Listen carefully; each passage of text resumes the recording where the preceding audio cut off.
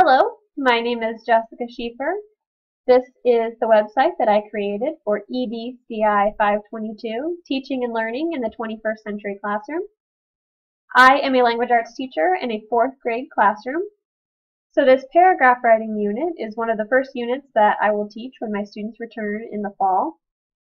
Teaching them exactly what my expectations are in a paragraph will help set them up for success later in the year when we're writing longer writing projects. My writing workshop is about 45 minutes, so I will be able to complete each of these lessons in one day. Depending on how long your unit or your writing block is, you may need to combine lessons or break them apart, whatever you feel is necessary for your students. There are a total of 9 lessons in the unit. Each one talks about a different aspect of a good paragraph and lets students practice those skills before combining them all at the end.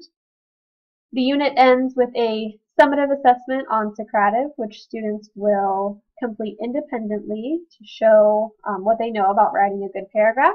And then they also have a project to complete, which will allow them to teach their classmates about constructing a good paragraph. So I'll talk about both of those later once we get to the assessment tab of the website. So I will take you through each tab up here and explain each part of my unit to you. So first is the Meet the Teacher page. You can check that out. It tells you a little bit about me. Like I said, I teach 4th grade language arts. This is my cat and our class pet Hammy, who is home with me for the summer. So they're becoming pretty good friends.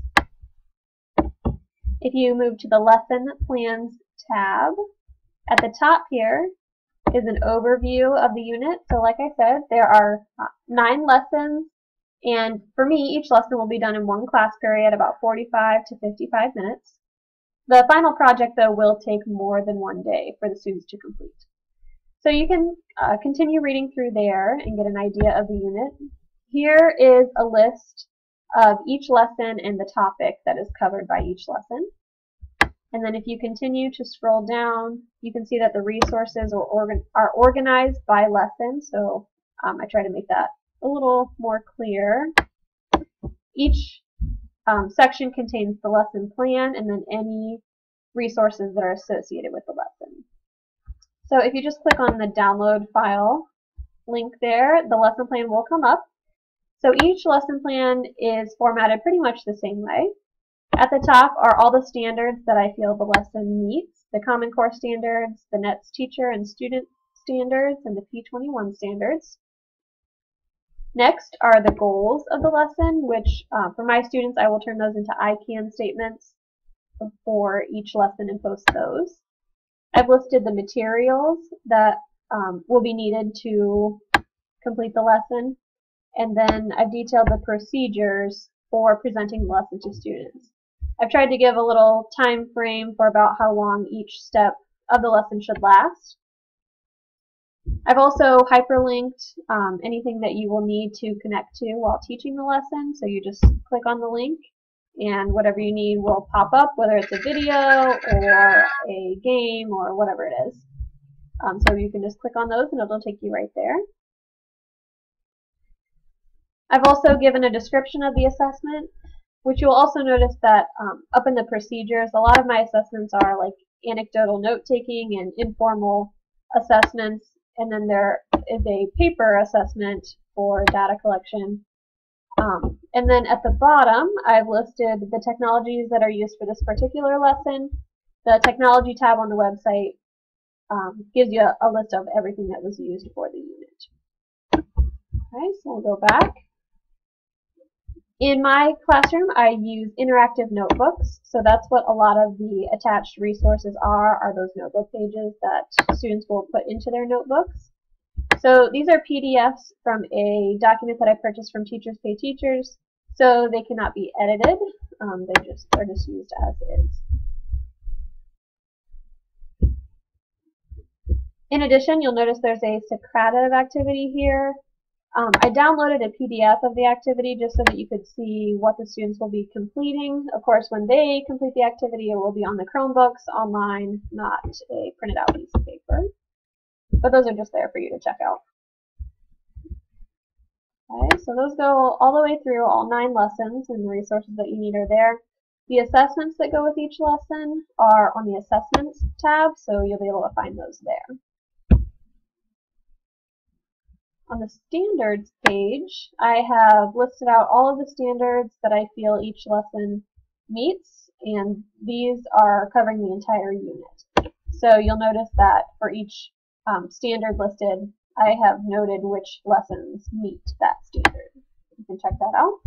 And of course, the standards for each lesson are listed on the lesson plan.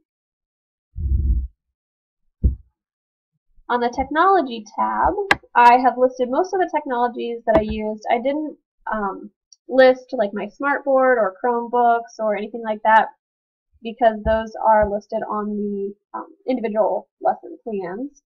But for each of these, I have linked them to the main web page for each of these sites so that if you wanted to, you could go explore some. I haven't linked the specific website that I use because in some cases more than one lesson use the same website, so you can just go to the individual lesson plan for those links. On the Assessment tab, I have broken this page up into the different lessons. I've given a little overview of what the assessment includes for each lesson, because like I said, a lot of these are informal assessments, anecdotal note-taking, and things like that. There are also rubrics for the writing assignments. Just click on one for you to see. Here's an example of one that students will use. Again, this is from that Teachers Pay Teachers document. So for some of these, I've just taken parts of them or added my own assessment to them. If you go all the way to the bottom, the Lesson 9 assessment is the project that I was telling you about earlier. So if you click here, you'll see the requirements for the project. The students will be teaching another group or another set of students how to write a good paragraph. So I've listed what all they need to include in their presentation, the different parts of a paragraph, an example of each part of a paragraph, and then to meet their speaking and listening standards, they have to be clear, easy to understand.